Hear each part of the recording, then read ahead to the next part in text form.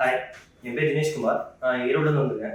நான் வந்து 2019 வந்து 12th முடிச்சுட்டு சரி கம்ப்யூட்டர் மேலே இருக்க இன்ட்ரெஸ்ட் வந்து சரி சிஎஸ்ல எதாவது பண்ணலாம்னு சொல்லிட்டு பிசிஏ படித்தேன். பிசிஏ வந்து 2022 முடித்தேன். 2022 முடித்தேன். கோங்கா ஃபிசிக்ஸ் காலேஜ் முடிச்சிருக்கேன்.